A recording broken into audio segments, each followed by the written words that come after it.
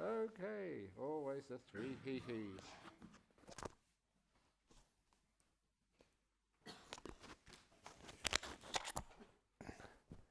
Okay, is there any questions tonight? Here they come.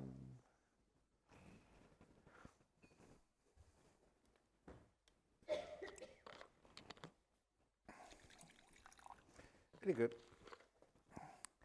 So, see what we have this evening.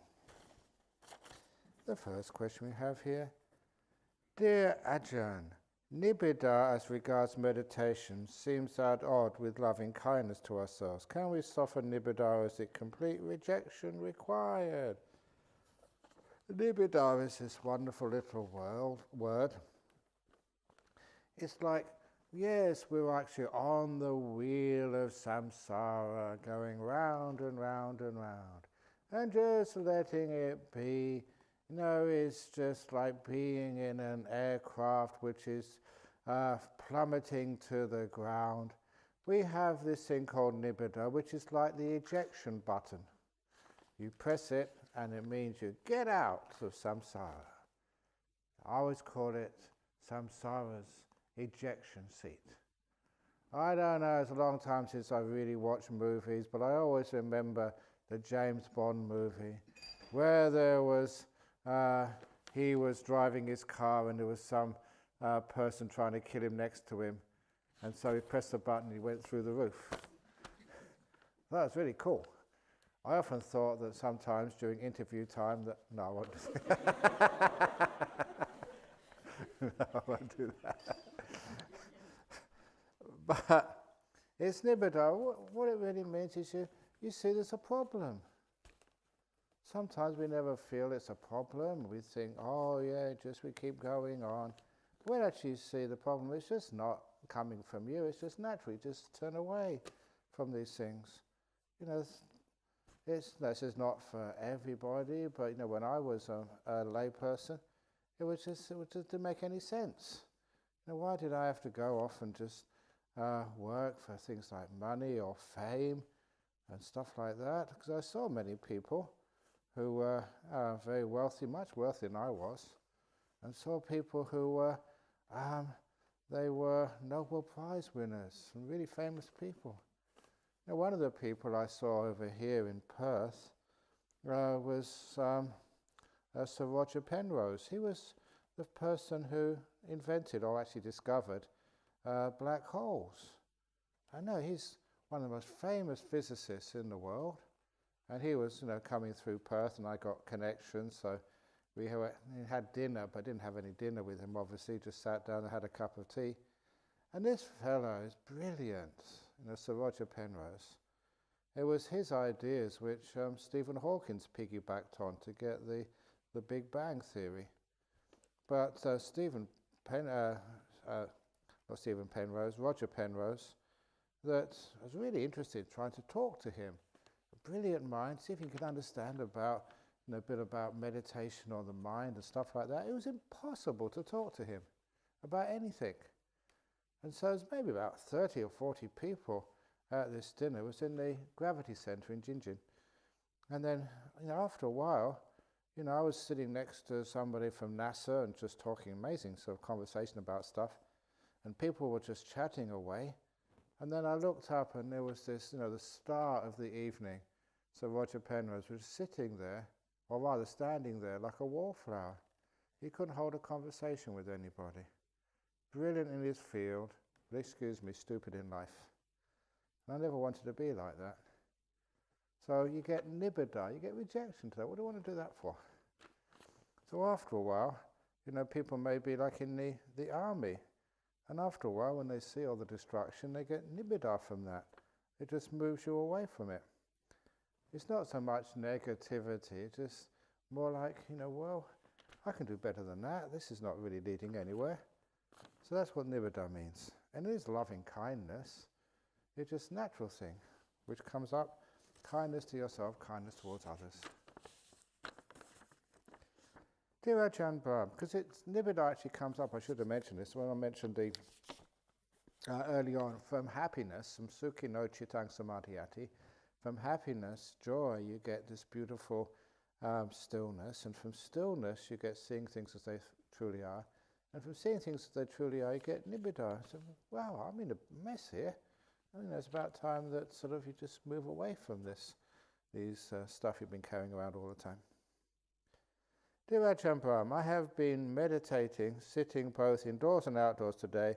I realize it is easier to keep present breath outside with all the bugs, flies and bird sounds, especially when the flies are going up your nose. You're very present. Indoors, when it's completely quiet, my mind wanders a lot. It should be easier if it's quiet, right? Am I weird? Of course you are weird.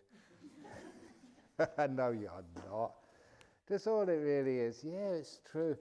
If you say ride a very fast car or on a motorbike going at 200 kilometers an hour, of course you're really present. You have to be.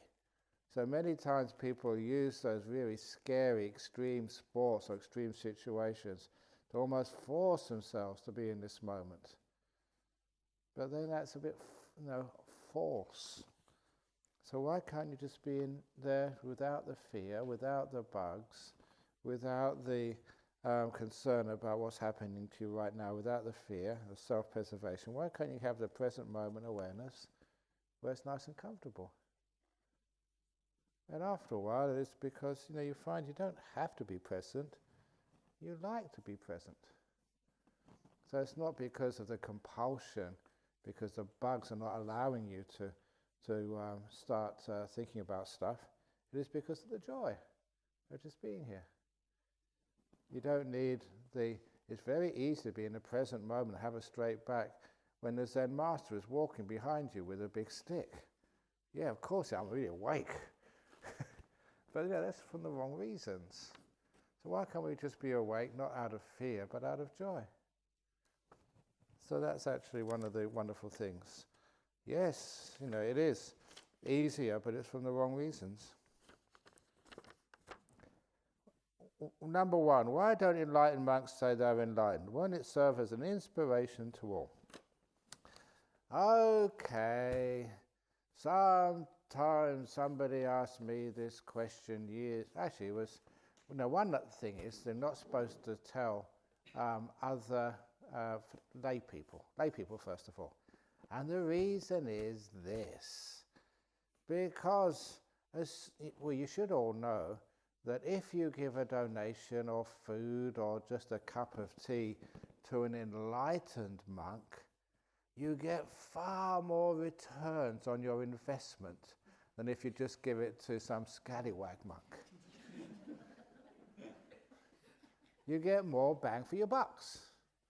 And that's said in the suttas, so you can't really deny that.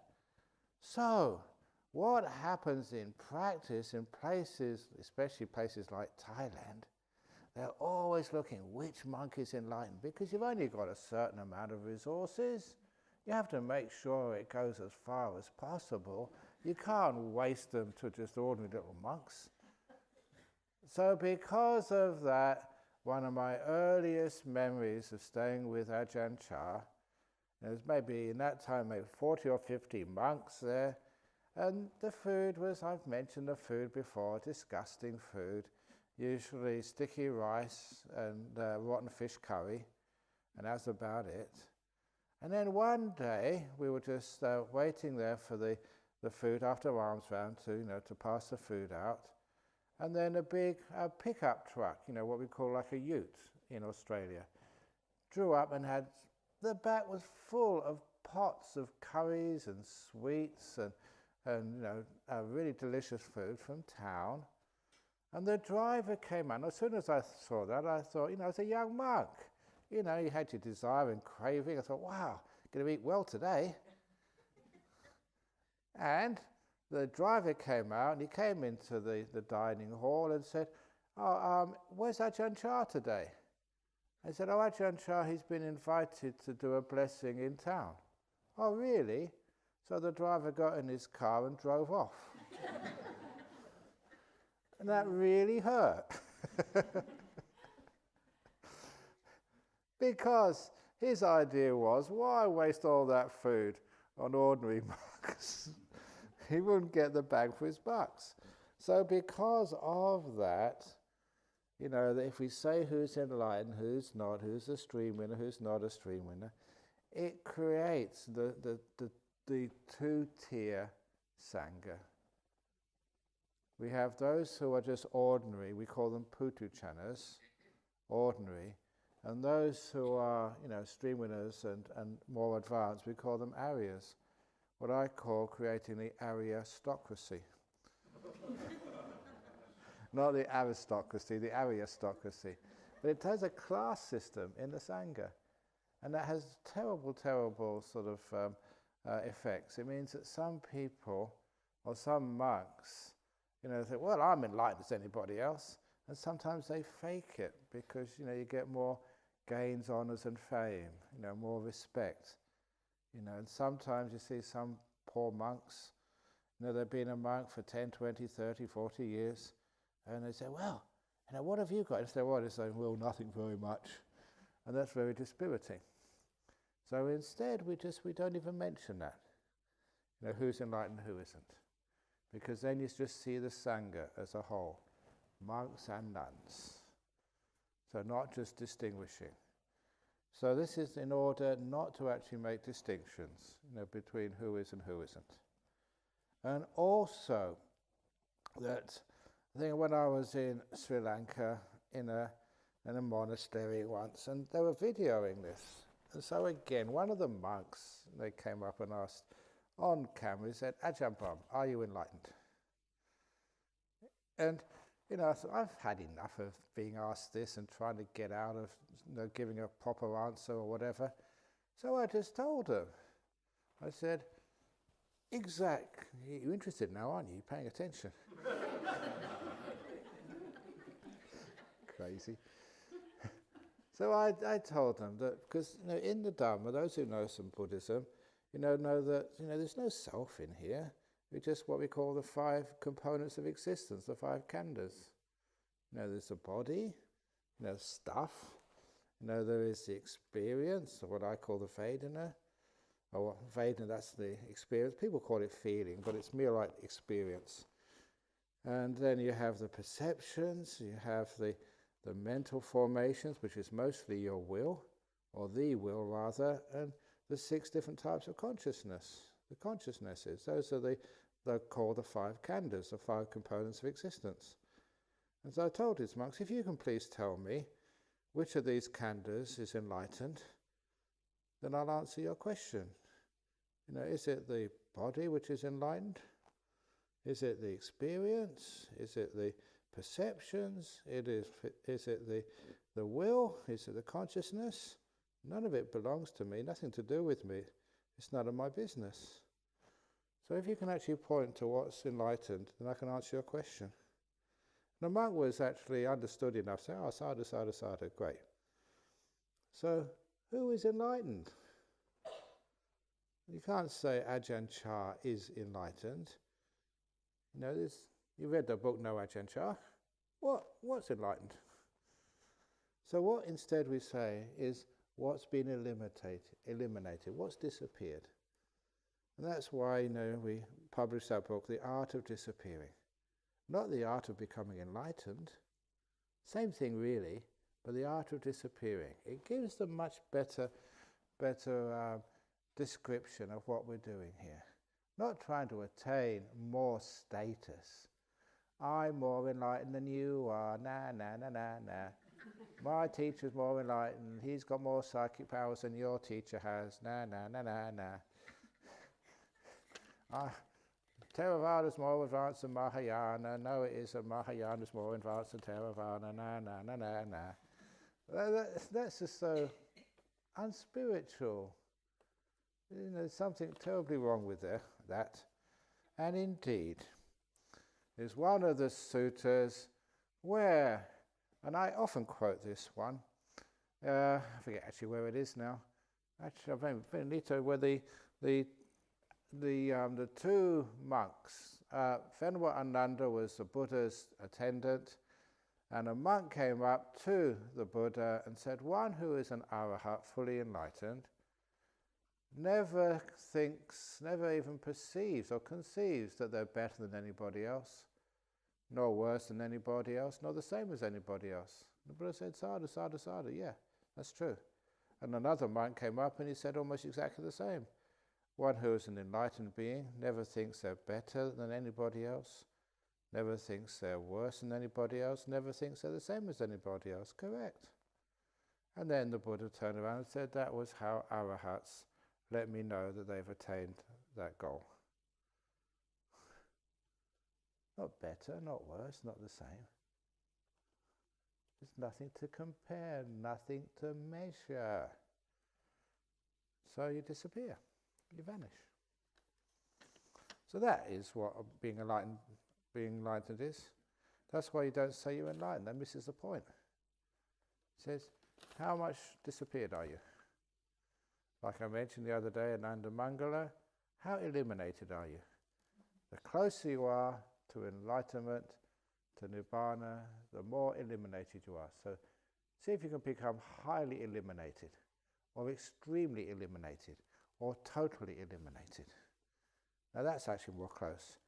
So if a monk said, oh, I'm totally eliminated, that's pretty good. How did meditators around Ajahn Chah know he was enlightened? There was, as I say, it's easy to know the person's not enlightened. So, one of those stories was from the Chinese tradition about the monk, the young monk, who went up to see his abbot one day and told him, said, look, I've done my basic training, I've done a lot of service, my meditation's very good, I really want to go full steam for Nibbana, for enlightenment. And the young monk said, just maybe, about 10-15 minutes walk away from this monastery, there is a lake. And in the middle of the lake there is an island, uninhabited, secluded. May I have permission to build a tiny small hut there? And so I can just practice in solitude. And all I will ask is one of the temple attendants will just row over in a boat once a week to send me supplies. And so I could get supplies and I'll give him a little note what I will need for next week. So I can just live on some rice and beans, grow a few vegetables, whatever. So I can have perfect solitude. And the abbot said, okay.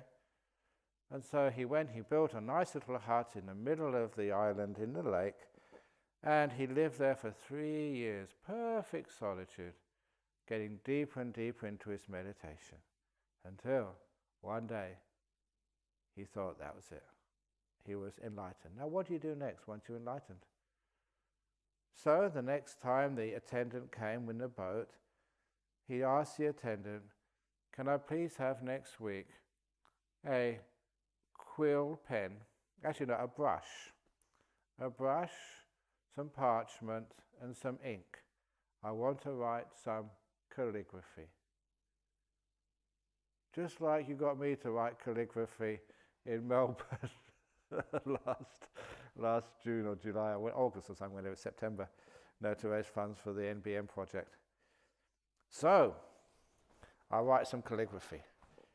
And so 1 week later, he came over with a parchment, the brush, and some ink.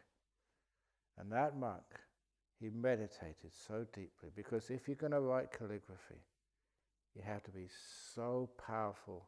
Your mindfulness is, you can't force it, you have to just totally get out of the way and just let the brush move by itself. So when he was ready, he unfurled the parchment and he wrote this poem in 4 lines.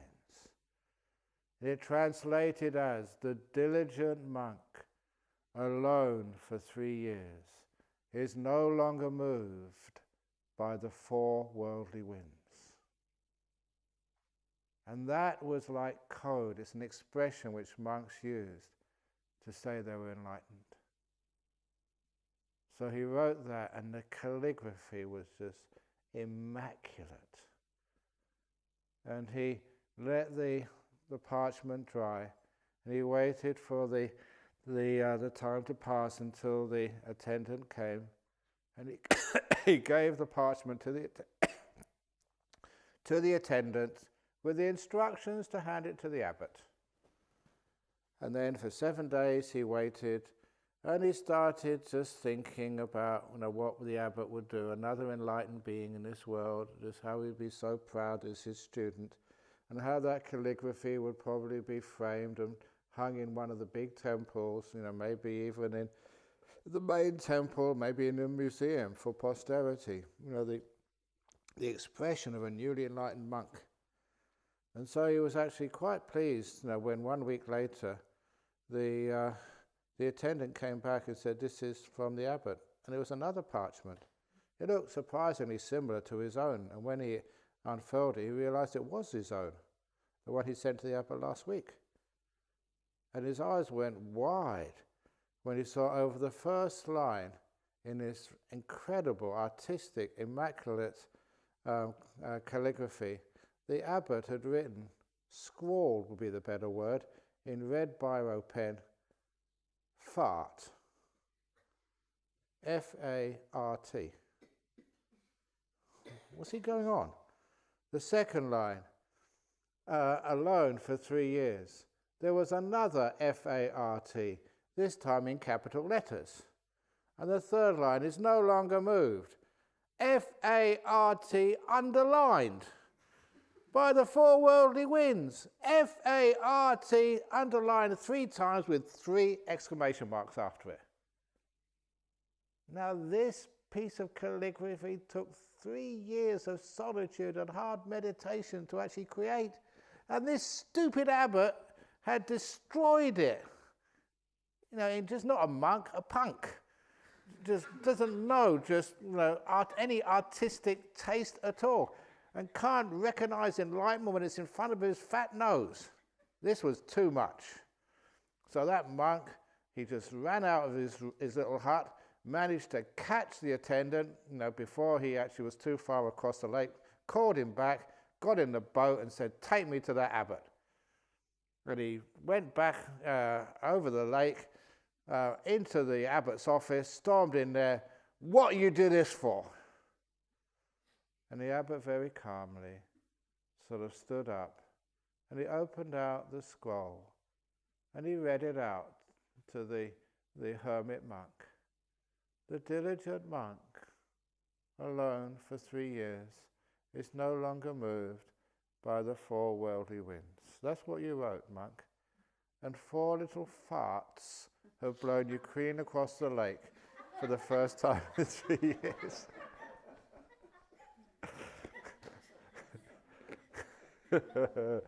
That's what the 4 winds really mean.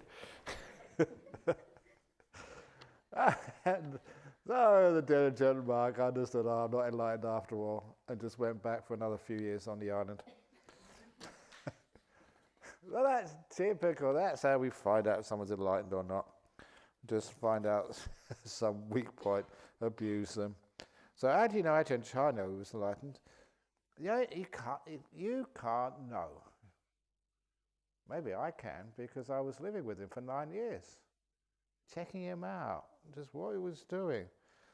And it was always kept an even. People did some weird stuff to him and just shouted at him, accused him, and all sorts of stuff. But he was always he never got angry back.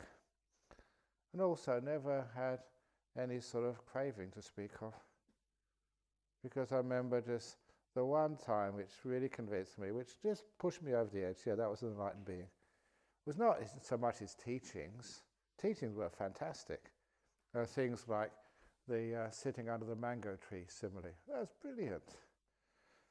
And, just don't shake the tree, sit down still, put your hand out, and then the mango will fall. Shake the tree, climb the tree, no way, you're just wasting your time. That type of effort will never get you a mango. You've got to be perfectly still, let go. And then when you really are still, then mangoes will fall. So, he asked me once to go up to his room to get something. And he wouldn't allow anyone to go up into his room. It was just a novice who would clean that up for him. Not like me. Any riffraff can go into my room, see my cave. But, so they went into his room. I went into his room and there was nothing there. And that was just amazing. Just there was a grass mat, I think a wooden pillow, and there was a robe rack with just one spare robe on it. I think that's all I can remember. And that was just so wonderful. This was such a famous monk. And you had Queen of Thailand went up there, and generals, incredibly wealthy people give him anything. But where he lived was nothing. And that really sort of inspired me to see actually how he really lived. So anyway, that was really good. Anyway, dear Ajahn, on my walk today, I decided to wave. On my walk today, I decided. Okay, on my walk today, I decided to wave to a kangaroo. To my surprise, the kangaroo waved back at me. Do jhana grows kangaroos know how to wave?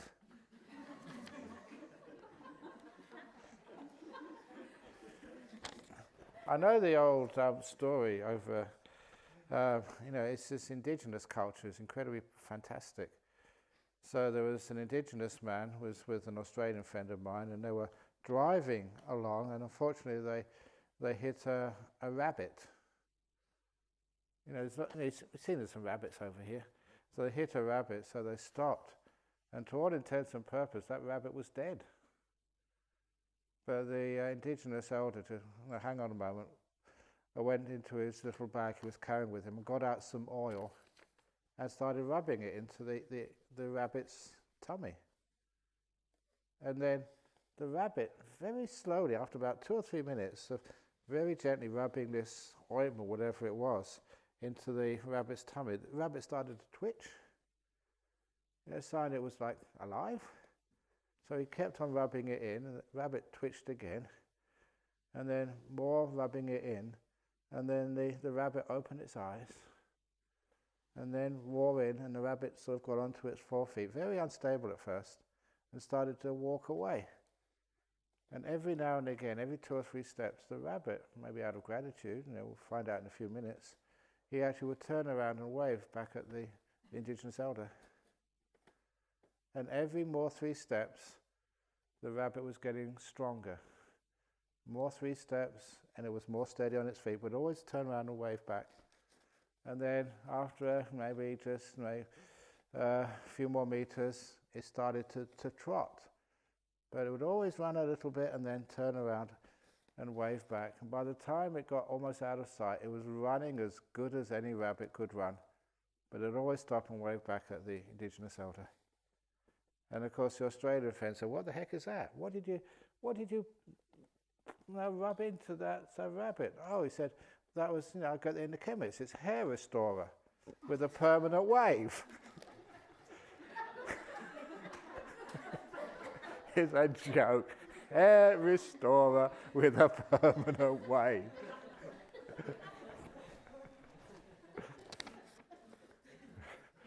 So, yeah, exactly. So someone has put some hair restorer on that kangaroo, so it's now got a permanent wave. You know what I reckon? I reckon the kangaroo was just waving away the flies.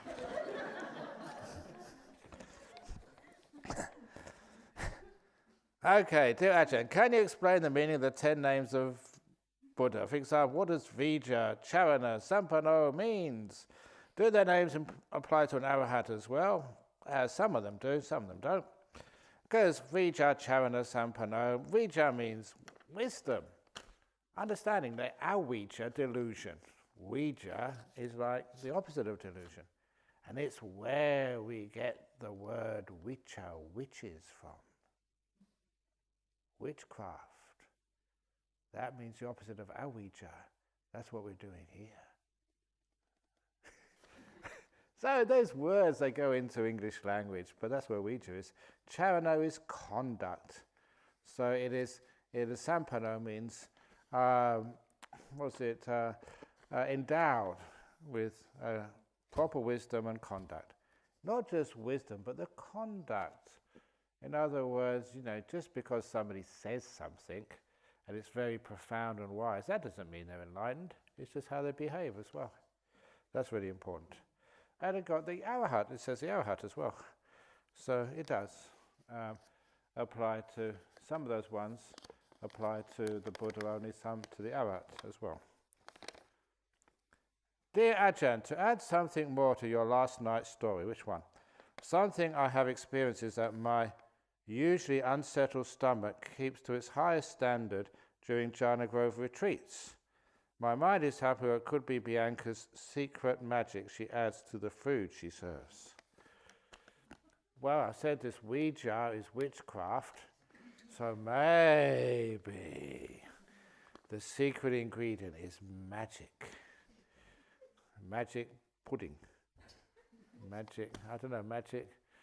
No, it's the magic over here is just the kindness. And it's not just her, it's all the people who actually come and feed us. And sometimes, have you ever noticed if people actually, if they sell food for money, that's one thing. But if they do it out of love, care, that's the secret ingredient, like dana, giving.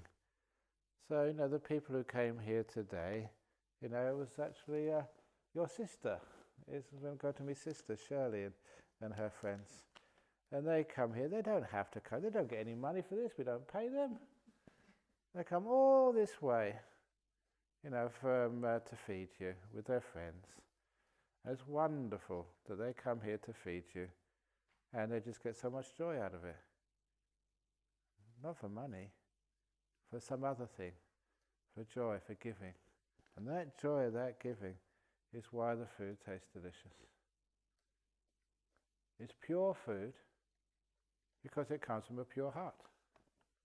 That's the magic ingredient. Saying what Bianca does. How long have Bianca's been cooking for retreats? Such a long, must be about 30 years now. Over 30 years.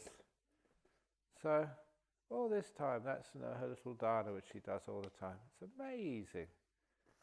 And what do you do that for? Don't get paid for it. Just, it's dana, kindness. That's a beautiful thing which we have. Ajahn, it is said that a person can be a stream winner by listening to Dhamma talks and practicing giving generosity. Is there any truth in this? Can a person be a stream winner without meditation? Now, one of the things if you read those suttas, is it seems to be that the most extreme case is these assassins who were hired to kill the Buddha.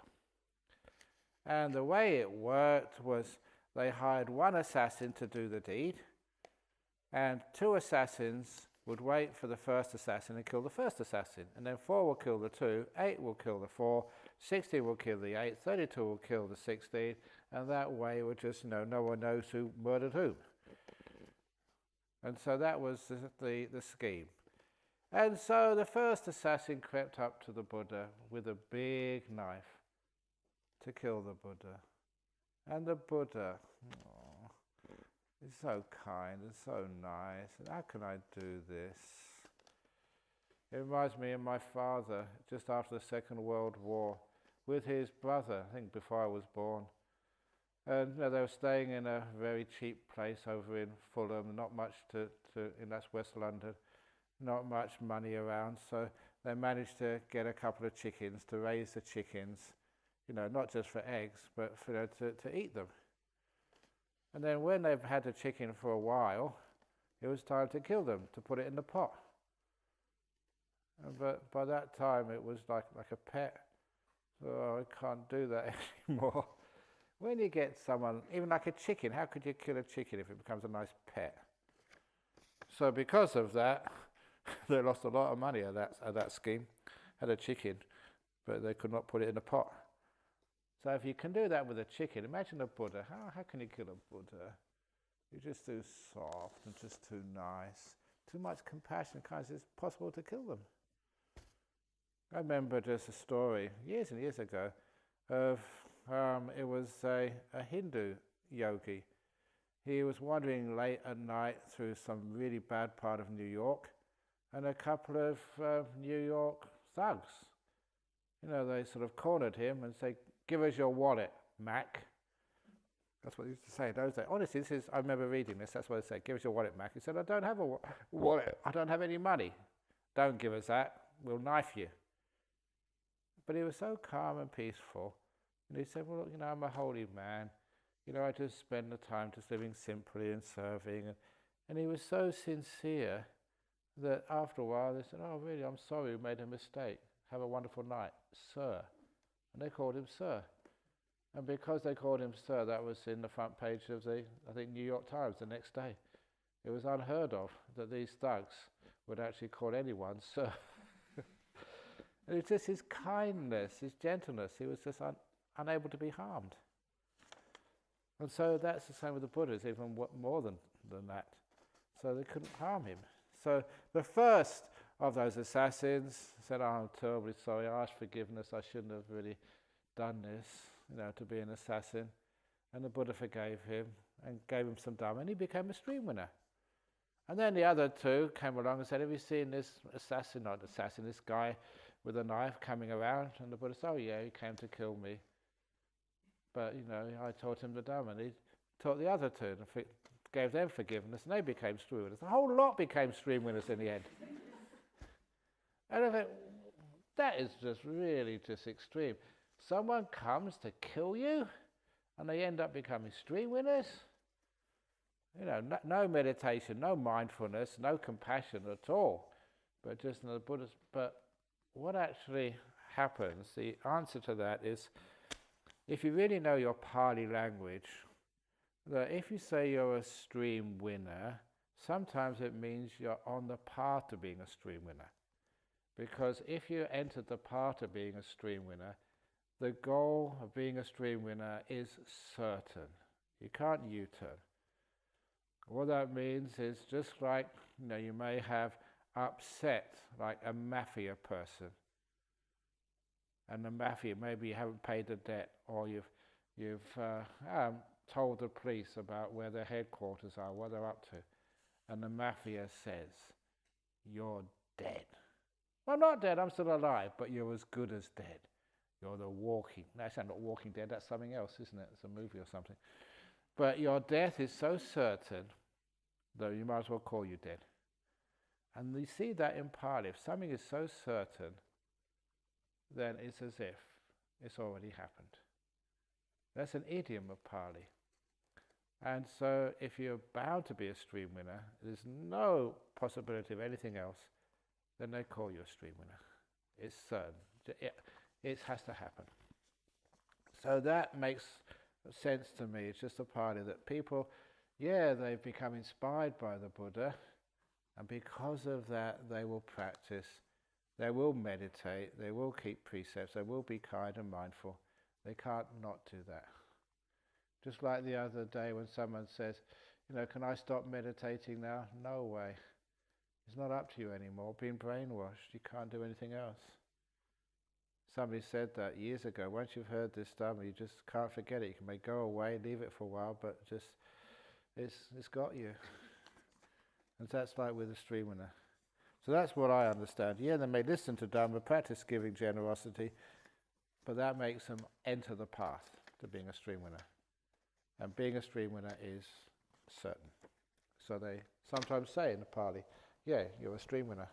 You're not really yet, but it's going to happen." Dear Ajahn, I am always, and I mean always, being asked to love myself more and stop doing more for others and not giving back. Not back to me. Does loving myself, giving and wanting good things, getting and achieving goals for myself lead to craving? A question I sometimes ponder, where to draw the line between wanting more versus just loving myself. Okay, the story of when I bless weddings. When I bless a wedding, I usually start with the bride. And I look at her and say, "Now you're a married woman, you must not think of yourself." And she always smiles sweetly and nods her head. Then I look at the guy, and if he's an Australian Caucasian, I say the same. "Now you're a married man, you must not think of yourself." And look, this is not discrimination. This is based on personal experience. He always pauses. He does. But eventually he gives in. He said, okay, I won't think of myself. It's not as automatic as the bride. But then looking at the groom, and I say, you're a married man now, so from this moment on, you must not think of her, your wife. And then I look at the bride and say the same thing. Now you're a married woman, from today on you must not think of him, your husband. And this is always such a wonderful moment.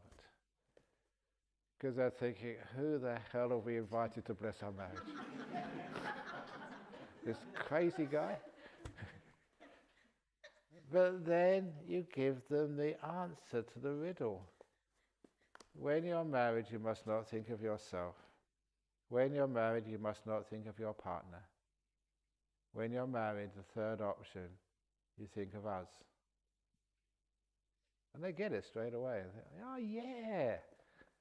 Because in a relationship, if it's all about me, of course there's no relationship there. If it's always about giving to the others, then you get burnt out. Nothing in it for you. So relationship is about us. We're in it together. That's the answer. So the idea of Mahayana, sacrificing yourself for others, Hinayana, just in it for yourself, both are wrong. It's about us. So you love yourself so you can give to others. It's all about us. You love us. Please tell us an Ajahn Ganha story. Ajahn Ganha story, okay. You all know the snake story, don't you? No? Okay, Ajahn Ganha and the snake. So, I think I told that one, didn't I? No, I haven't told. Okay. He was, I think I told this recently. So anyway, not here, must be. So, he was meditating in the jungle with about 5 or 6 other monks. Real jungle. And they opened their eyes because they could hear a big animal coming towards them. It was a snake, a big snake, a king cobra. And in that part of Thailand, they had a nickname for king cobra, the one-step snake. Because if it bit you, that's all you'd have left, one step, and then you're dead. It was very venomous and very aggressive and dangerous. So, this snake came up. Of course, to the boss monk, Ajahn Ganha, came right up to him, lifted up its head, opened its hood right in front of his nose. And what did Ajahn Ganha do? Did he run away? You cannot run those snakes are faster than you. Did he close his eyes and meditate? No. He lifted up his hand and patted the cobra on the head, saying in Thai, "Thank you for coming to visit me." And what do you think that cobra did? It's so rare to get patted on the head by a holy monk. That cobra enjoyed every minute of that. Just, pat your head, oh, it's so nice. And so rare. So, the cobra just sucked it all in, just drank it all, the kindness, compassion, just such a happy cobra. And of course, once he had enough, the cobra put its hood in, went down and went to see another monk. Lifted up its head, and that monk said, "No way, go back to him." And that was a Ajahn Ganha story. So, maybe 3 or 4 years later, we invited Ajahn Ganha to spend the rains retreat at Bodhinyana Monastery over the road. He's a good friend. And maybe a couple of years, no, maybe 3 or 4 years after that time. So we were just building our main hall. In fact, we hadn't got even the building permission for that main hall yet. And I was a main builder at the time. We'd done all the plans, submitted them in for approval for our local council. And so the mayor came over to inspect the place. And the mayor of Serpentine Jarradale Council, Clem Kentish his name was, he came up, and because it was an official visit, he was wearing a nice suit. However, like many Australians, and I'm just following tradition with my shape, he was actually very, very replete. He had a rounded personality and a rounded body as well. So I noticed, the poor buttons of his jacket were just almost popping off. He was really tubby. So what did Ajahn Ganha do? He looked at this mayor, went right up to him before I could stop him and started rubbing his tummy. He rubbed the mayor's tummy before I could stop him. And I thought, oh, crikey, that's it. We'll never get any. You don't do that to Australian mayors, rubbing their tummy because they're fat. So I thought, that's it. No more building, no more approval. We're going to be shut down. But to my great delight, and surprise and delight, that mayor, his face creased up with delight. And he started, the only thing I can describe, like gurgling like a baby. He loved every minute of that. And from that time on, he became a really close friend of this monastery. Even I went to his funeral when he finally passed away. So we got our planning permission, no problem at all, building permission, really easy. Even though we shouldn't have got, because that hall over there, who the builder is on the building license? Me. It's a public building, you're not supposed to do that. So the old building, so I said, don't tell anybody. I'll get in big trouble by giving you the building license, and you're supposed to get a real builder to do a public building, but it all worked out okay. So thank you, Ajahn Ganha, for getting our building license. So he's still alive. Over in MBM, if you just need, in Melbourne, if you need to get the license for stuff, just get Ajahn Ganha over there, invite the mayor, a few pats on the belly, and you get anything you want. So that's an Ajahn Ganha story. Ajahn, is it true that someone can receive our metta when we do metta meditation? Is there any particular condition that make it possible to happen? Yes, they can. So sometimes I do this. I just, get a bit fed up with doing it the same old way every time. But at the end of the retreat, we do a metta meditation. And if you really want to prove that, once you get the metta really going, really zapping, then I ask you to, okay, now take someone, not here, but really, you're close to, maybe a good friend or someone who's ill in hospital or something, and just really think of them, really visualize them and really blast them with really strong metta. And then when you're doing that, I just have a look at the clock and I write it down. And then after the metta meditation is finished, I'll tell you that was the time you did that. And when you go back home, give them a call, but no leading questions. Say, oh, just how are you? I was just thinking about you today. And what were you, they'll probably say, and it always happens, they say, oh, I was thinking about you too. About what time? And they will say, 8:50, that's the time on here now. I said, that was exactly the time I said you were doing loving kindness meditation to them. Just, prove it. So you think of somebody, I take the time down. You don't worry about the time. I just disturb my meditation to take down the time. And then check it out, see if it's true. And the reason I don't like doing that, because people start calling me in the night time or whatever, and says, a call for you, Ajahn Brahm. Yeah, it worked, Ajahn Brahm. Yeah, I know it works. Okay. And then another call goes, yeah, it worked. Yeah, of course. So that's why sometimes I don't do it anymore. But it does work. You can prove it for yourself. It's weird, but it happens. Thank you, Ajahn, for these wonderful talks. I was worried about coming for this retreat, but I'm enjoying every minute of this retreat. Thank you once again for making meditation easy. Yeah, easy peasy meditation. It should be easy. What's so difficult about letting go and being kind and being gentle and being peaceful? It should be the easiest thing in the world. Relaxing. You meditate, at your stages, at your level, some a lot, some not so much. Giving it a bit of happiness and joy, no fear, no pressure, letting go of the tension, and then meditation happens. Ajahn is essential for realization of the truth and the achievement of the 4 states, Sotapanna and Arhat. Thank you. Yes, of course they are. But it doesn't mean, I've got to get the jhana. It's just what happens. There's stages of letting go.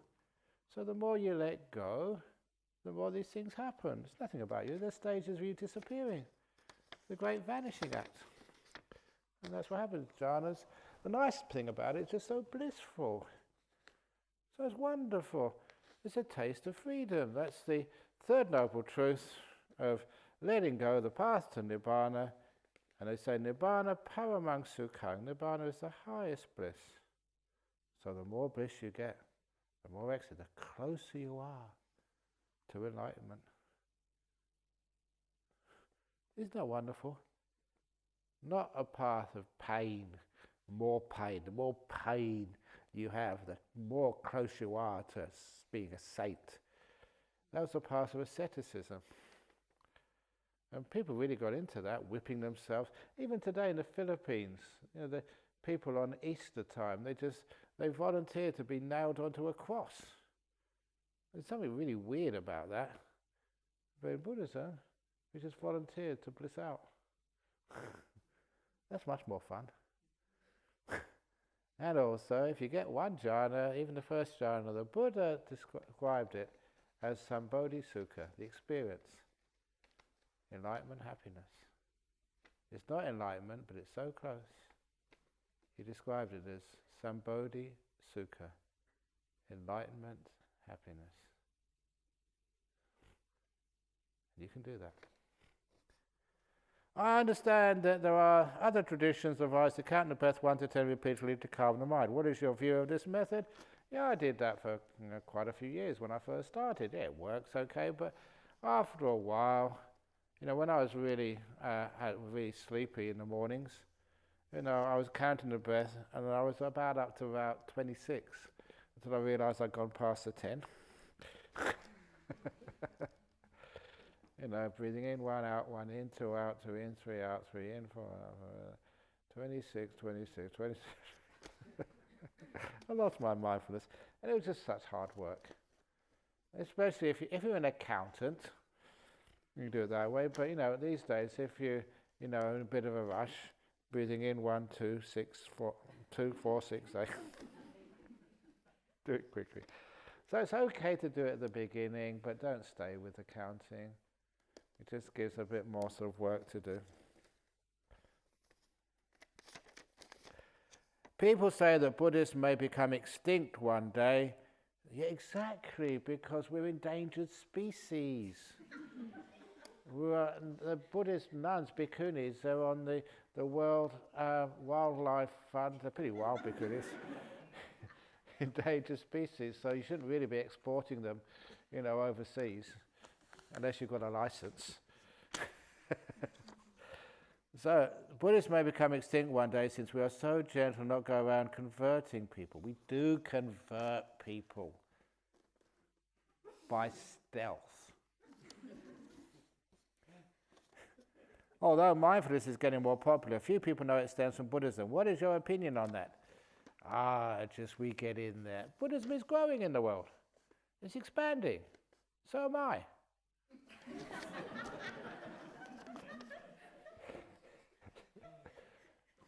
So anyway, it's just, because when you get science involved, you find it's amazing just how much Buddhism is able to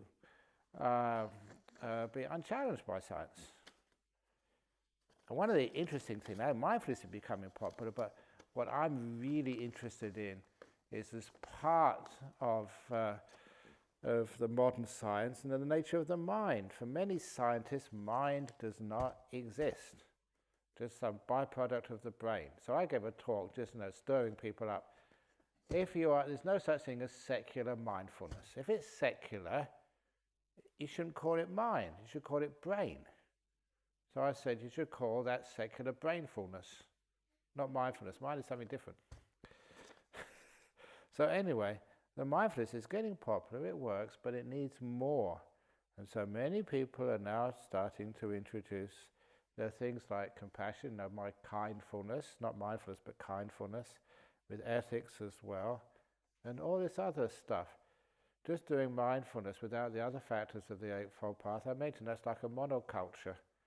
You need, if you have a forest, you need so many different species of trees, otherwise it gets a very sick forest. And it's the same if you just have just one part of the Eightfold Path and forget about the others. Yeah, it's okay, but it's not really the full thing. And it won't get extinct, because as the Buddha said, sometimes there's people, like you can see that the monks even, who don't really understand Buddhism, and I'm saying this carefully, but it's true, and they just abandon the principles of Buddhism because they're afraid that Buddhism is going to become extinct, taken over by Muslims, Rohingyas, or goodness knows what else. They're the ones who destroyed Buddhism. And the Buddha said, as long as people practice the Eightfold Path, there will be stream-winners, watch-returners, non-returners, arahats in this world. As long as there's arahats in this world, Buddhism will never become extinct. During meditation, the deeper it gets, the more my neck slants towards the right every time when it hurts. I am trying to trust in my body's wisdom in healing itself, but the pain makes me end the meditation. Please advise how I should handle it. And it's very easy. You can get a little stick in the back and just tie your head so it can't go to the right, like a little brace. Like those neck braces people have. That when you sort of injure your neck, you get a neck brace that just can't go to the right. There's all this, like sometimes people used to tell me they have this terrible problem about saliva, too much saliva. And if they swallow it, then it disturbs them. If they don't swallow it, it starts dribbling, and they're really embarrassed about dribbling during the meditation. That's only what babies do. So the solution was, because I know many dentists, to get one of those little machines. So while you're meditating, and then the problem's solved. Okay, anyway, so the more your neck slants towards the right every time it hurts. I think somebody mentioned that during their interviews. The deeper you go in meditation, the body looks after itself. So just go a little bit deeper in meditation and the problem will solve itself. Arjun, you mentioned clearly the key to being in the moment is not to have an end target or measurements in mind, but even for a monk, isn't this contradictory as the end goal or target is to stop the rebirth of oneself? That's called vibhava-tanha, the craving to annihilate yourself, and that's one of the reasons we keep on getting reborn. So if you have an end goal or target to stop the rebirth of oneself, who's trying to stop the rebirth? The simile from Oliver Twist is like trying to eat your own head. You trying to stop rebirth, you're doing something. It's a craving, it's a wanting, it keeps rebirth going. So you don't aim to stop rebirth of oneself, you aim just to stop your whole stupid idea of being somebody who can do anything at all. To let go, to disappear, to vanish. So at the end of this existence, when the buzz comes to pick you up, to take you to your next existence, it looks around and can't find you. You've disappeared, you're invisible. There's no way to take you to your next destination. Just like at the end of this retreat, when the car comes to take you to the airport, they look for you here, they look for you there, and they can't find you anywhere. You vanish, disappear, so they go without you. That is like the arahats, doesn't get reborn. Actually, when I'm watching my breath during meditation, sometimes saliva keeps building up. You see, I saw this before it came. My powers are great. I have to swallow it from time to time. What would you suggest to stop this? You know the answer. Just swallow. And just swallow, and just after a while, you just forget about it. Ajahn Brahm, have you ever felt tired? How do you overcome tiredness? I do feel tired. How I overcome tiredness, I go to bed. There was first few months in Thailand as a monk that I was really tired. I was, physically, not so mentally tired, but physically weak. So I went out to another monk, more senior than me, like 2 or 3 years senior than me, and said, look, I'm really, really tired. Any advice? Some meditation to get some more energy up. And he said to me, eat more rice. So I never thought of that. I thought I should strive, do something, get some mental object like, energy, and just breathing in power, breathing out tiredness or something. Eat rice. It's obvious, because I wasn't eating enough. I wasn't getting enough fuel into my body. So I increased the amount of rice I ate, problem solved. Sometimes the obvious sort of solution, like if you're tired, go to bed. We don't think about, no, not go to bed. There must be some otbe reason. I'm just not right meditation object. Must have another meditation object. So the obvious ones. If your partner suddenly goes off with someone else and cuts you out of their life, is there any way to let go of the feelings of disbelief, sadness and jealousy through meditation? Not through meditation, but through wisdom. Look, if your partner has just dumped you, imagine what a terrible person they are. And so now, that person they've gone off with is going to just really reap the bad karma. They're going to put up with your ex-husband. Serves them right. So, in other words, let them go. Your partner has suddenly gone off with someone else, cut you out of their life, and it means that you're better off without them. It wasn't really a partner, but I remember falling in love when I was about 19. This beautiful girl. We were together about over 6 months, deeply in love. And one day, she dumped me for someone else. Thank you. Oh, if I ever meet that girl again, I will bow down to her and say, thank you for dumping me. If you hadn't have dumped me, I would have never become a monk. I would never actually just had this great joy and peace of being a great monk. Oh, thank you, girlfriend, for dumping me. So, if you find that someone else who took away your partner, please thank them. Now you're free. So letting go seems impossible. Well, you've got no choice. They're already gone. So just go with the flow. Let them go. Can loving kindness meditation work if you practice it a lot? Absolutely. Is it possible to reach forgiveness? Of course it is. Now, why not? Forgiveness is meaning they are not going to hurt you again. It's really weird, isn't it? So whoever that partner is, they've gone off, your ex-partner, the person who took them away. And then they hurt me. Why did they do that? Why did they do it? Every time you remember it, they're hurting you again. So to me, only hurt me once. You cheat me, you take away something, you steal my condensed milk, things I'm really attached to. No, I'm not. But you hurt me once, but I'll never think about it again. Someone calls you stupid. They come up to me and say, Ajahn Brahm, you're an idiot. What do? I don't go thinking, they call me an idiot. They've got no right. They don't know who I am and how hard I work. I'm not an idiot. They've got no right. I should not allow them in Jhana Grove anymore if they call me an idiot. I'm going to actually I'm going to sue them. I'm going to And I finally realised they've been calling me an idiot every time I remember it. Actually, they're right, I'm an idiot if I get angry at that. So they call me an idiot once and that's it. I let it go.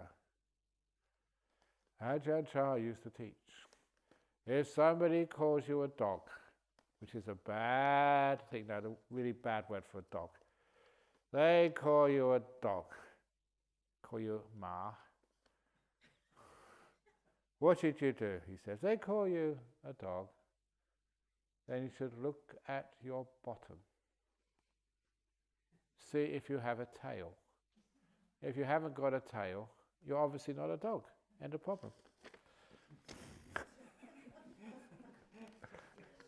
If you haven't got a tail, oh, thank you, I didn't realise that. Thank you so much for pointing it out to me. Either way, you don't get upset.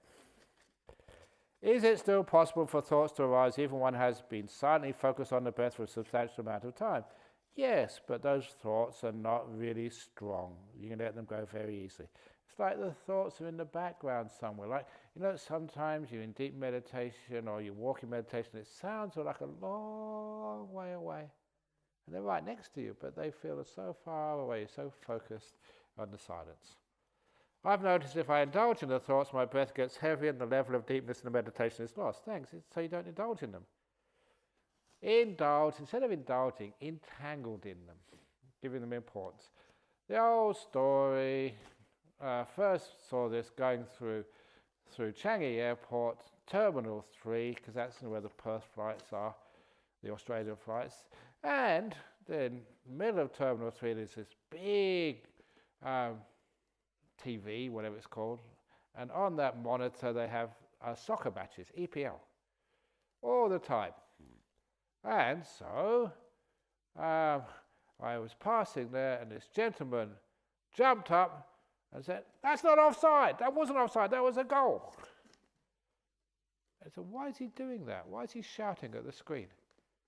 Number one, doesn't matter how loud you shout in Singapore, the match happened in Liverpool. They cannot hear you. And number two, it's a replay. 3 days ago that happened. Have you seen your husband's doing that in a cricket match? That was not LBW. That was not right. No. And you may be at home here in Perth, and the match is happening in Colombo, and they still shout at the screen. It's stupid, isn't it? And for the girls, when I was a student, we took our girlfriends, I remember this, we took our girlfriends, 2 or 3 of us guys and the girlfriends, to see West Side Story. This was Romeo and Juliet set in New York, a doomed love affair. Tony, he was Italian, Maria, Puerto Rican. Doomed. And they were just 2 beautiful people trying their best in this world, good, kind, they loved each other so deeply, but from the wrong side of the tracks. So in the end, the last few minutes, somebody, it was actually Maria's brother, was trying to kill Tony. And Maria was searching for him in the middle of the night in the west side of New York, the poor areas, trying to find him, to warn him that her brother had a gun and was trying to shoot him. And finally he saw Tony, or she saw Tony. Maria saw the love of her life under one of the street lights. It was raining, it was dark, it was cold. And she shouted out to warn him, "Tony!" And at that moment, the brother also saw him and pulled the trigger. And in the darkness, the silence of the night in the west side of New York, the bullet whizzed into Tony. He slumped. He was dying. And Maria ran towards him, took him in her arms. He was still alive, as somewhere in the 2 a.m. in New York, an orchestra started. And they sang, they didn't actually call for an ambulance, instead they sang. "There's a place for us Somewhere, a place for us. That was the theme song. And all the girls sitting next to us, they were crying their eyes out. Streams of tears were coming down their face. As for this was in like the 60s, 70s, the sensitive guys, we were laughing our heads off. It's only a movie. It's not real. It's a movie. You know it's going to happen. You know, you read the script, you've seen it before. And anyway, I told the girlfriends afterwards, look, this proves Buddhism. Just wait for a few minutes and Tony will get reincarnated in the next showing of the movie. But why do you get entangled like that? It's only a movie, but if you're watching the sports match, it's like, you know, the reason why you shout is because you get drawn in. And the psychology of a man watching a cricket match, even if it's a replay, they're right there in the stadium. They really feel that they can actually shout out and affect the result. That you, if you're crying at a weepy movie, you get drawn in, and that is, you know, your family member. You're so close to them. You're right there. Some people even shout out, "Look out, Maria! You know, Tony!" You can't. They can't hear you. But we get so entangled we believe they can. And that's exactly what happens when you're thinking. You get entangled in it. You get emotionally involved in those thoughts, those fantasies, those dreams, those memories. So if you can actually just move back from your thoughts and just say, it's only a replay, doesn't really matter. That means that the thoughts don't hold you. Okay, I better be quick, otherwise I'm going to be over time again. Dear Ajahn, I found it difficult to do sitting meditation for more than 15 minutes, as I was feeling very sleepy. Walking meditation was comparatively better. How do I overcome this? Easy. Just ask somebody to pretend to be the Zen master with a stick, and then you won't feel sleepy at all. Give them permission, because legally you have to give them a waiver that you won't sue them for assaulting you. Or even better, just go and sit on the edge of the stupa, right on the very edge. If you're sleepy, you'll fall over and hit your head. Or even better, we'll get a snake from the zoo and I'll put it in here during the meditation time. And then you won't get sleepy. Or even better, I'll get somebody to pretend to be a ghost and turn the lights out. Ooh. No, you don't do stuff like that. You don't use fear. You use wisdom. So if you're sleepy, let yourself be sleepy. Check out if you're having enough rest at night. Make sure that you're not thinking too much. Because all those things, they just tire the brain out. That's all it is. Dear Ajahn, for the last few days I've been experiencing some emotional pain, feelings I now know have been avoided for some time. It has been painful and I've needed to cry during long walks to release the tension. I have considered leaving, but I trusted this process regardless of the path. Do you have any insight to share or any words of encouragement? It's been a distressing few days. You end this retreat, you can always ask for your money back. You won't get it back, but we can always ask. Yeah, you can if you want. But no, this too will pass. It's a beautiful little saying. It was the Emperor's Ring story. That an emperor, young guy, didn't know what to do, taking over the kingdom. So every time things were going well, every time there was a mining boom, they would spend all their money doing all these big projects like Elizabeth Key and all this sort of stuff, raising people's... If you're West Australian, you know what I'm talking about. And as soon as the boom had ended, he got so negative, he'd spend all the days in his room being depressed. So this was the king, just... he didn't know how to run a kingdom, and you can't tell people how to run a kingdom. You have to be sneaky. So the ministers met together and they said, we're going to get you a ring, very simple ring, and on the outside was written the words, this too will pass. told the young king to wear that at all times. So when life was going well, boom, everyone was happy with the government, people were very confident, and he'd always remember the ring, this too will pass. So even during the good times, he never took them for granted. He worked, knowing that good times will fade. When he was healthy, he'd still make sure he kept that health, didn't take it for granted. When jhana grew with a lot of people, still worked, don't take it for granted. This too will pass. And when it did pass, and there was bad economy, he realized it's no one's mistake, it passes just naturally. So he kept on working, knowing even the bad times will pass. And that way he became a very effective emperor. In the bad times, it's going to pass. Just hold on for a little bit, keep on working. Economies go down, economies go up. That's the nature of life.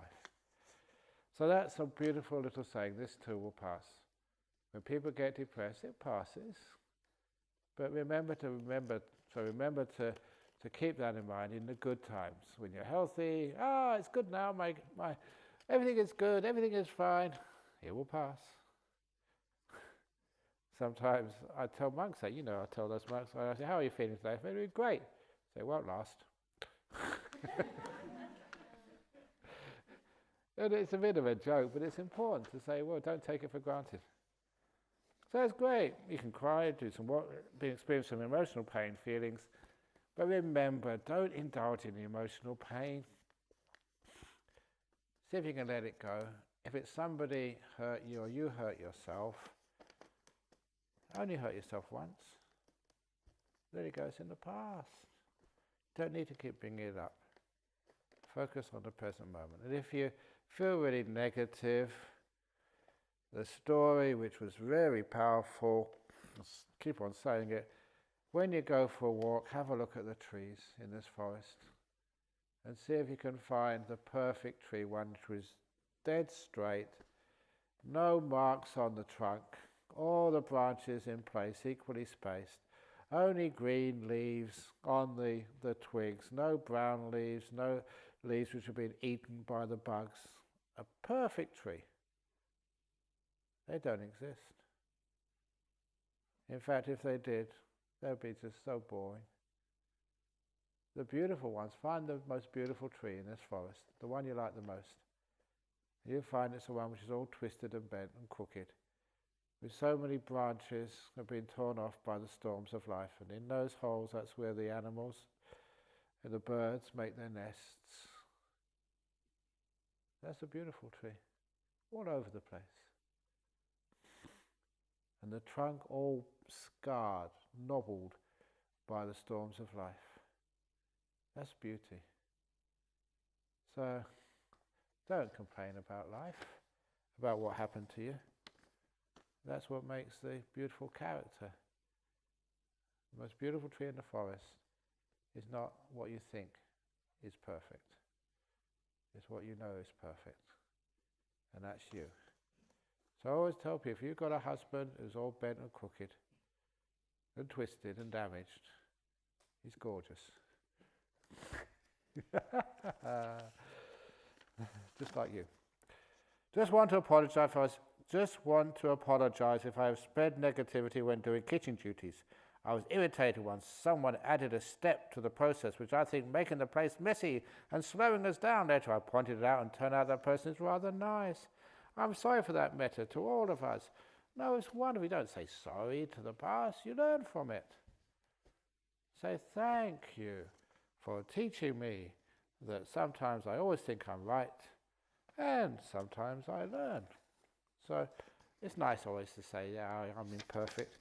I usually at the end of the retreat, I apologize for all the bad jokes, all the silly things I've said. I once heard you say that when you are aware of the mind, you can see it clearly. Could you please explain? I don't remember that.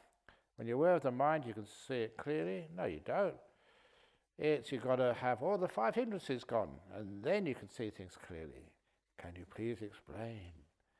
I never said that. I'm innocent. I'm going to get a lawyer to prove that I'm innocent. Do we get some special energy power from meditating in the early hours of the day? Yes. This is a powerful time. As I said, that this is when most people get enlightened. At dawn.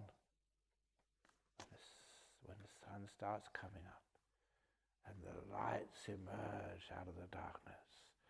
The cool new energy of life arising in you. And when the light sort of starts to spread on the horizon, the light of Dhamma comes into your mind, and then you wake up and it's only a dream.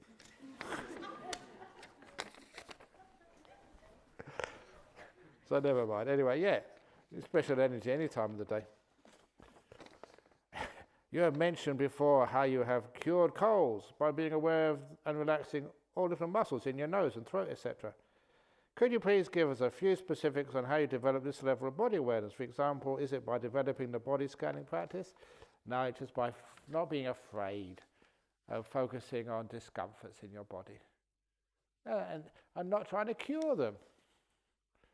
As soon as you see a ache or a pain in the body, especially if it's not a really sort of life-threatening one or body-injuring one, you focus on it.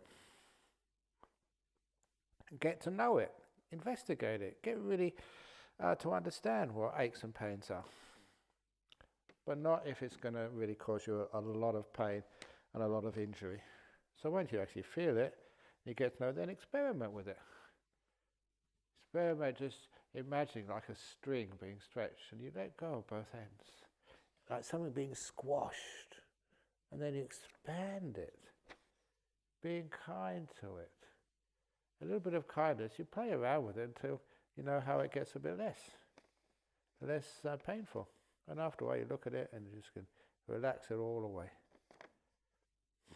So just try and just ordinary little itches and pains and stuff, and then you can get to amazing stuff.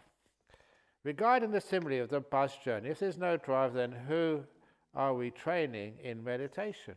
You're not training anyone, it's me doing it. So I do all the work. I get into your head and I brainwash you. Honestly, this is sometimes that you get to deep meditation. Well, this is my only journey. And then sometimes there's a blockage and then an idea comes up and where did I get that one from?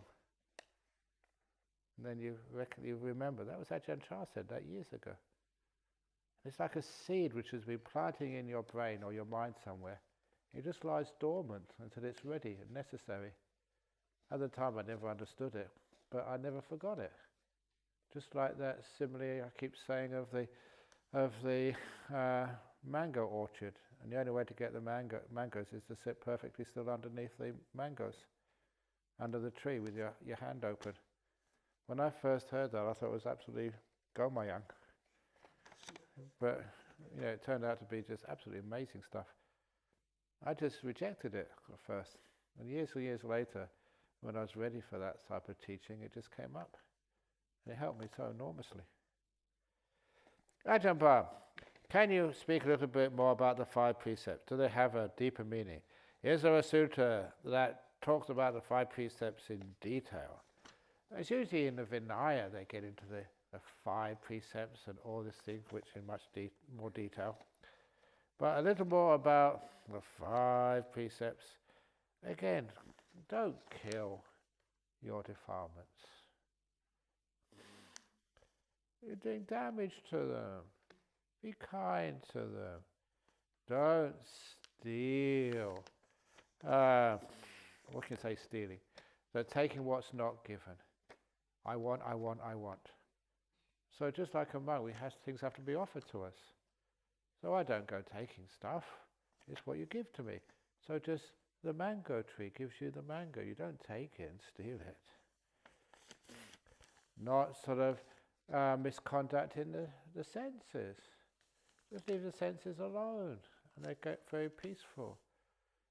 Being truthful to life, to yourself.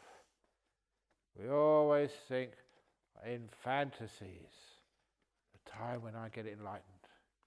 What are you going to do when you get enlightened? Where are you going to go? what are you going to teach? Or some people, they're not really thinking about enlightened, but when I get enough psychic powers that I can see the lottery numbers. And what I will do, once I get the lottery numbers, I'll give 10% to Ajahn Brahm's monasteries, and 90%, what are you going to do when you get rich? I'm going to get a boat and travel around the world. I am going to solve all the problems of the world. That's actually lying to yourself. And the last one, about letting go of intoxicants. The biggest intoxicants are the sensory pleasures or your sense of self, intoxicated with the ego. So you let go of all drugs and intoxicants and you're free. I always make it up on the run, probably wrong, but anyway, sounds interesting.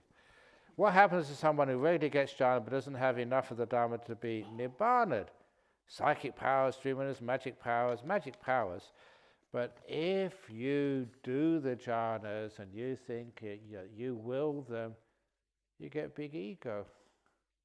And it's the ego when you add the I to the jhanas. I achieved these. Then that's where you get Devadattas from. People who thought they were as good as the Buddha, even better than the Buddha, and try to kill the Buddha. So someone who regularly gets jhana but doesn't have enough of the Dharma, they become egocentric and it all goes pear-shaped. Lastly, have you heard of this temple in Thailand, Bangkok, called Dhammakaya? If yes, can you share some knowledge about this temple? I think it is also known as a temple of 1,000,000 Buddhas and 1,000,000 baht as well.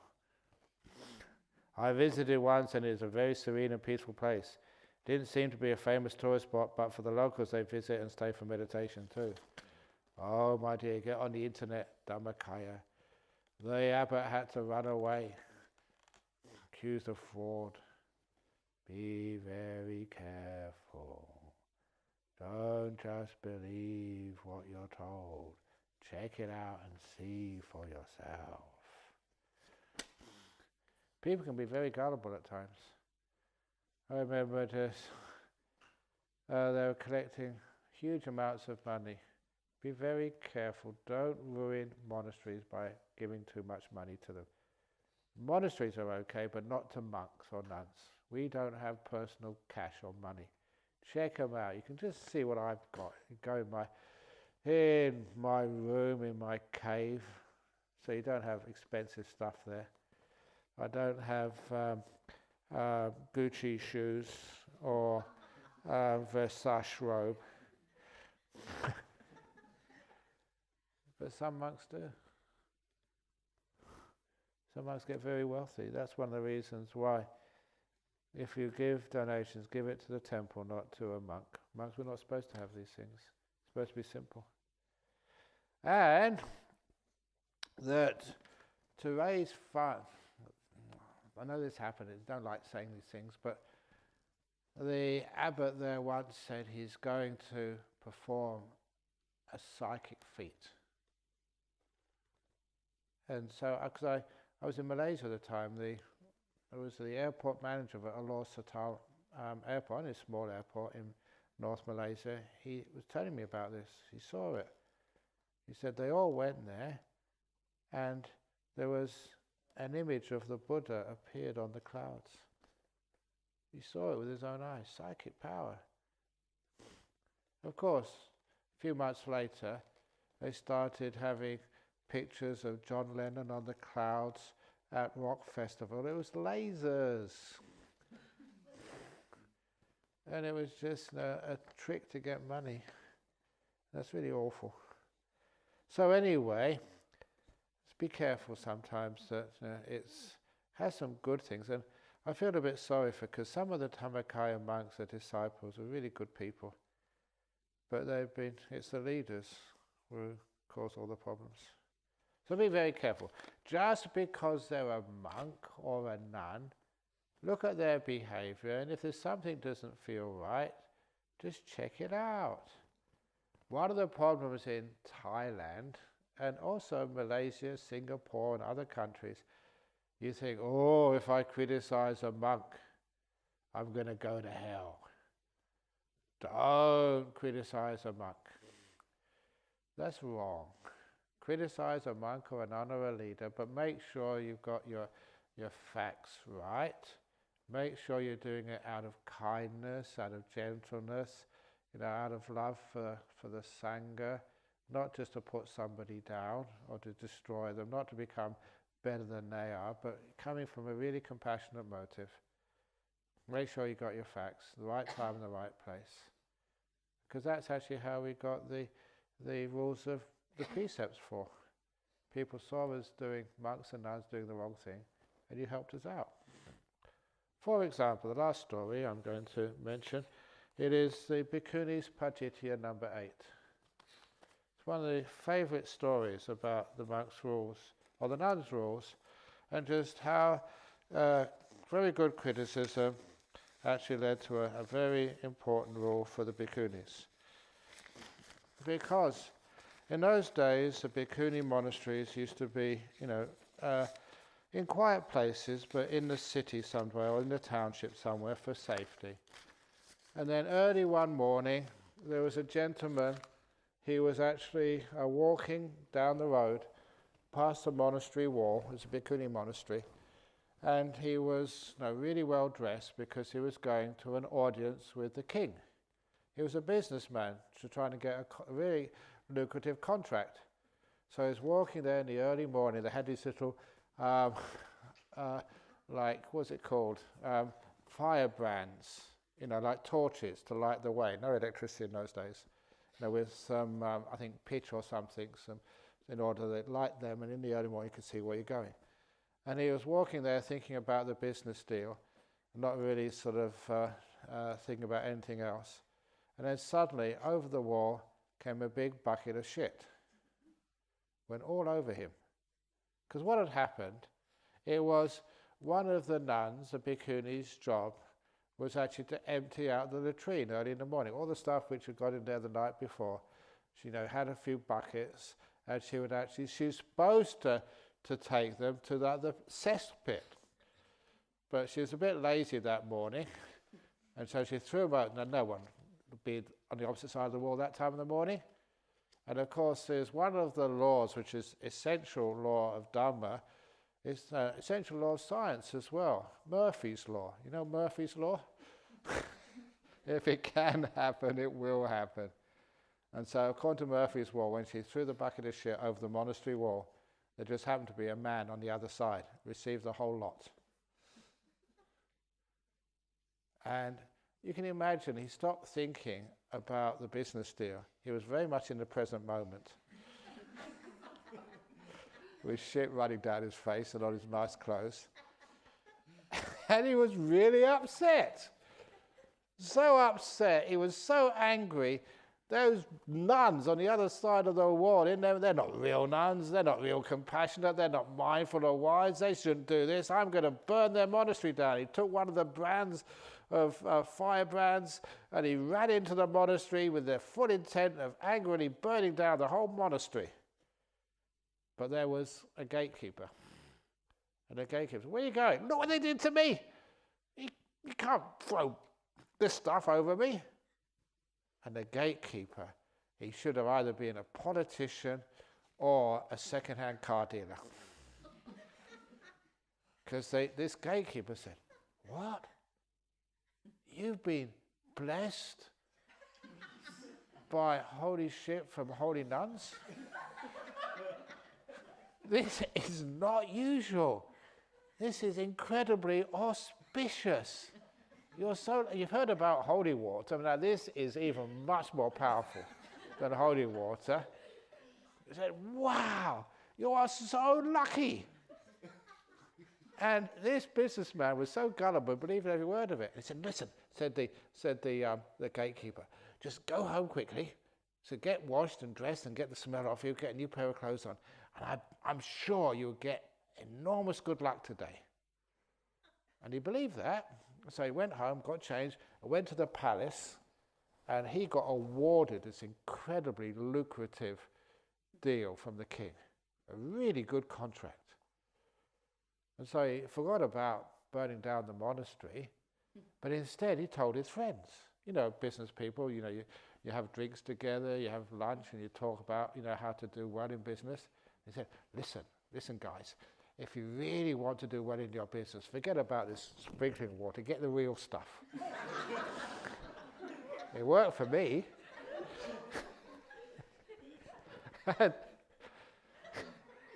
So the word got around that if you really want to do well in business, get the real holy stuff.